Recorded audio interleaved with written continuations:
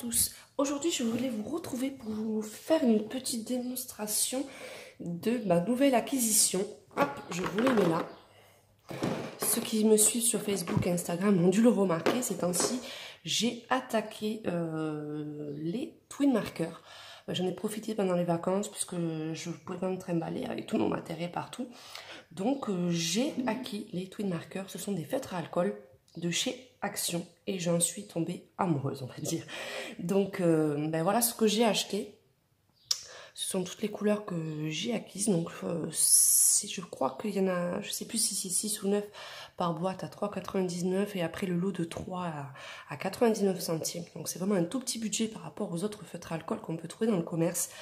Et franchement, je n'ai pas trop vu la différence de qualité par rapport aux autres que j'ai pu avoir. Donc là, je vais pas vous faire un tuto en bonne et due forme, je vais juste vous montrer sur un petit colo que j'ai commencé comment on peut s'en servir facilement. Je ferai prochainement une vidéo également pour vous montrer qu'on peut également faire des dégradés avec. Donc là, c'est vraiment une colorisation simple, juste pour vous montrer comment il fonctionne et la qualité de ces twin markers. Donc pour ça, j'ai trouvé le livre idéal, c'est Magical Beauties. Donc j'ai terminé le tome 1 et là j'ai attaqué le tome 2. Je trouve que c'est le livre idéal par rapport au graphisme et surtout parce qu'il n'y a pas de dessin au verso. Enfin si, c'est un tout petit, tout petit, on va regarder un autre parce que là comme j'ai colorisé tout petit mandala que je ne ferai pas. Donc tout simple, je mets une feuille de papier canso en dessous.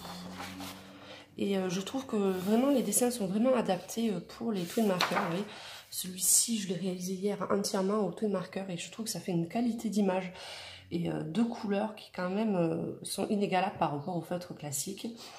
Et donc je me suis dit, ces livres-là, je vais m'en servir essentiellement pour les twin markers. J'avais essayé avec les Prismacolor, mais vu la qualité du papier, ça accroche un peu. Bon, les résultats sont pas trop mal, mais c'est pas le matériel pour moi idéal pour ce style de livre et cette qualité de papier qui n'est pas extraordinaire. Donc voilà, là j'avais commencé à faire celui-ci. En plus, ce que j'aime beaucoup, c'est que ça garde les effets de transparence. Par exemple, vous voyez, pour les ailes, c'est quand même assez sympa. Je vais vous montrer sur une petite partie vraiment comment je l'utilise. Là, j'essaie de garder dans les mêmes teintes, donc ce sera dans les teintes de vert, turquoise, rose, violet. J'ai pas trop envie sur ce colo d'utiliser 40 000 couleurs, donc je veux vraiment que ça soit un camailleux en fait de ces couleurs là. Donc je vais vous montrer, vous avez vraiment de très jolies teintes différentes. Donc par exemple, on va prendre ces deux-là, hein, Purple Grey, le 88, et le Deep Violet, le 81. Et je vais vous montrer avec la facilité avec laquelle on peut colorer. Là, ça sera vraiment tout simple, comme je vous disais, et je vous ferai vraiment plus tard un tuto pour vous montrer comment on peut aussi faire des dégradés avec. Donc là, la seule chose qu'il faut faire attention, c'est que ça sèche très vite. Donc si vous ne voulez pas de marque, il faut quand même pas marquer trop de temps d'arrêt sur les éléments que vous voulez colorier en fait. Donc là, c'est tout simple. Vous voyez, il faut faire attention parce que comme ça bavouille, en fait, ça s'étale. Si vous avez des éléments trop petits, c'est un peu plus compliqué. Parce que là, vous voyez, ça s'étale un tout petit peu. Donc il faut faire attention. Par exemple, là, si vous utilisez une foncée, n'essayez pas de prendre une couleur trop claire pour éviter en fait, que les traits se voient. En plus, je dis ça et je fais une grosse bavouille, mais bon, c'est pas grave. Donc ça s'utilise vraiment simplement. Il faut juste faire attention, oui, quand vous avez des petites zones comme ça, de pas trop accentuer, pas trop dépasser. Bon, au fil des couleurs que je vais utiliser dans les ronds, il n'y a pas de souci parce que je pense que j'utiliserai du Posca parce que le Posca en fait va très bien dessus hein, une fois que le feutre alcool est sec. Il n'y a aucun souci pour passer du Posca dessus. Hein. Faire très attention par contre parce que la couleur que vous passez au début, quand ça va sécher, ça va toujours un petit peu changer. Souvent ça s'éclaircit un tout petit peu. Donc il ne faut vraiment pas vous fier à la couleur de base en fait on va dire. parce que ça va vraiment se modifier quand l'alcool va s'évaporer en fait, tout simplement. Donc là je vous montre sur une petite partie, j'aurais pas dû prendre celle-là parce que je vais vous montrer une grosse partie, mais bon c'est pas grave. Donc vous n'avez pas besoin d'appuyer plus que ça, ça glisse tout seul. Et les couleurs sont vraiment très intenses, sont vraiment pas secs comme vous pouvez avoir sur certains feutres. Donc c'est vraiment très très agréable à travailler. Donc on va faire cette petite partie là, on va vous montrer. J'utilise principalement moi la mine fine pour les parties comme ça. Après pour faire les fonds, je vais vous montrer dès que j'aurai fini ma bande. Vous avez une partie beaucoup plus large. Vous voyez, ça ne fait aucune trace et ça vous verrez encore plus quand ça va sécher. Ça fait un fond extrêmement uniforme et c'est ça que j'aime beaucoup. Donc vous voyez, hop, je vais vous montrer, c'est la pointe fine. Et de l'autre côté, ben, vous avez la pointe comme ça, la pointe biseautée. Vous voyez, ça s'utilise vraiment extrêmement vite. Les gens me demandaient comment j'ai fait aussi vite le livre. C'est que ça va extrêmement vite en fait avec les feutres à alcool. Même pour faire les dégradés. Hein. Si vous voulez faire des dégradés, ça va très très vite aussi. Hein. Oh, voilà, mais je déborde comme une patate. Mais c'est pas grave parce que, comme je vous ai dit, je repasserai une couleur et ça se verra plus de suite après. Les dégradés, la seule inconvénient, c'est qu'il faut aller très vite pour éviter de faire des marques et pour que les couleurs se mélangent bien. Comme c'est des feutres, ça sèche très très vite, surtout avec les températures qu'il y a dehors, on va dire. Ça a tendance à vraiment s'évaporer extrêmement rapidement. Donc il faut vraiment se préparer, on va dire. Avoir les deux stylos que vous voulez utiliser prêts à servir pour éviter que ça fasse des marques trop importantes. Donc vous voyez, c'est vraiment tout simple, c'est vraiment à la portée de tout le monde. Et comme vous pouvez le voir, vous voyez, ça fait vraiment un fond extrêmement uniforme. Je vais essayer, parce que j'ai un petit peu de temps, de vous faire le dégradé que je vous ai parlé. On va essayer de voir avec ces deux-là. Donc pour ça, je vais utiliser le 68 ceinture turquoise. Et celui-là, par contre, malheureusement, à force de m'en servir, ça s'est un petit peu effacé. Donc c'est tout simple. Là, hop, je vais commencer par le foncé. Comme il faut aller assez vite et que je vais faire une petite zone, je débouche déjà le deuxième.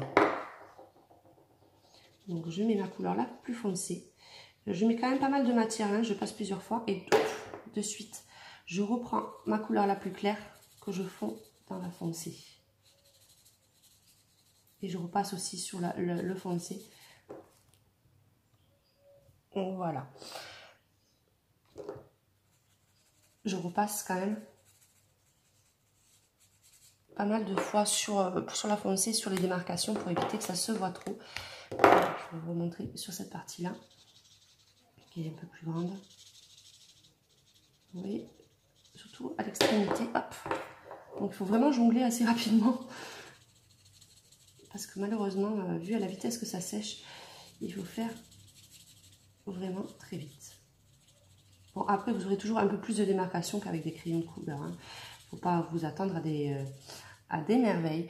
Mais ça fait quand même des dégradés super sympas. Hop, on va attaquer celui d'en dessous.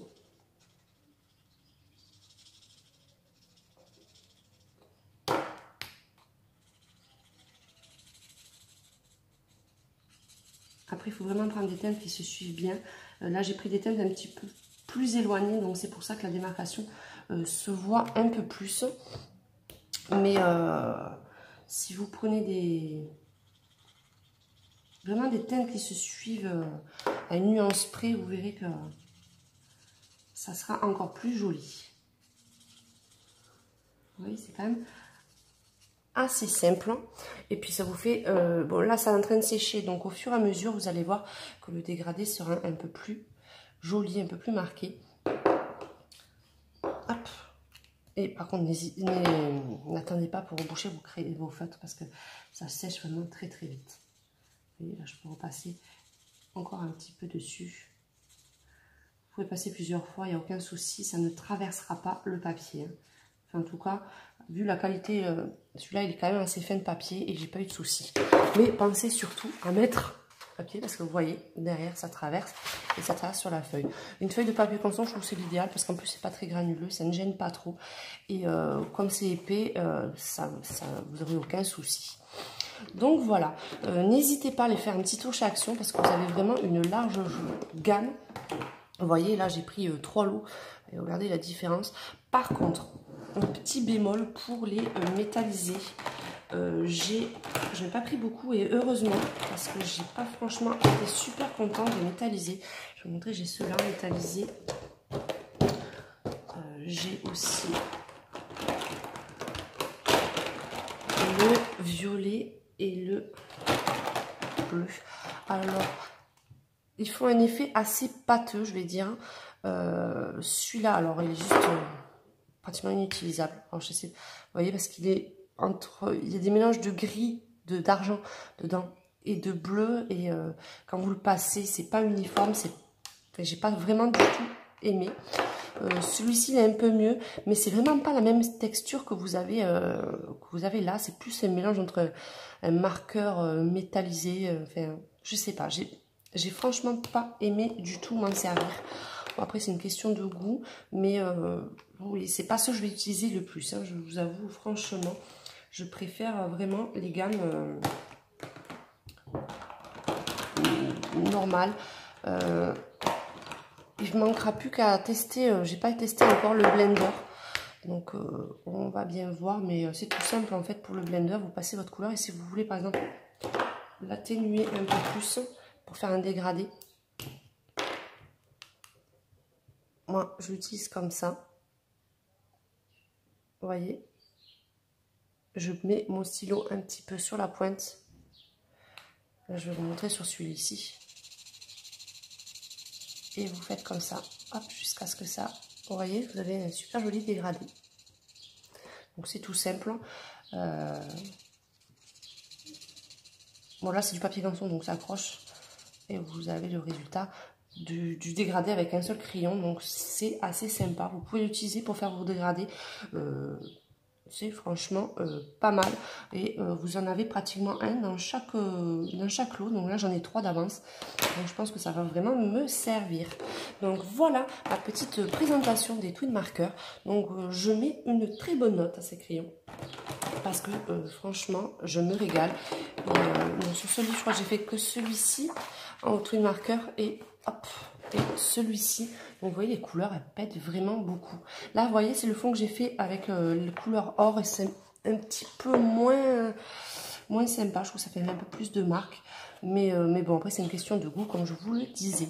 Donc, je vous remercie de m'avoir écouté blablater aussi longtemps. Et je vous fais un gros bisou à tous. À très bientôt.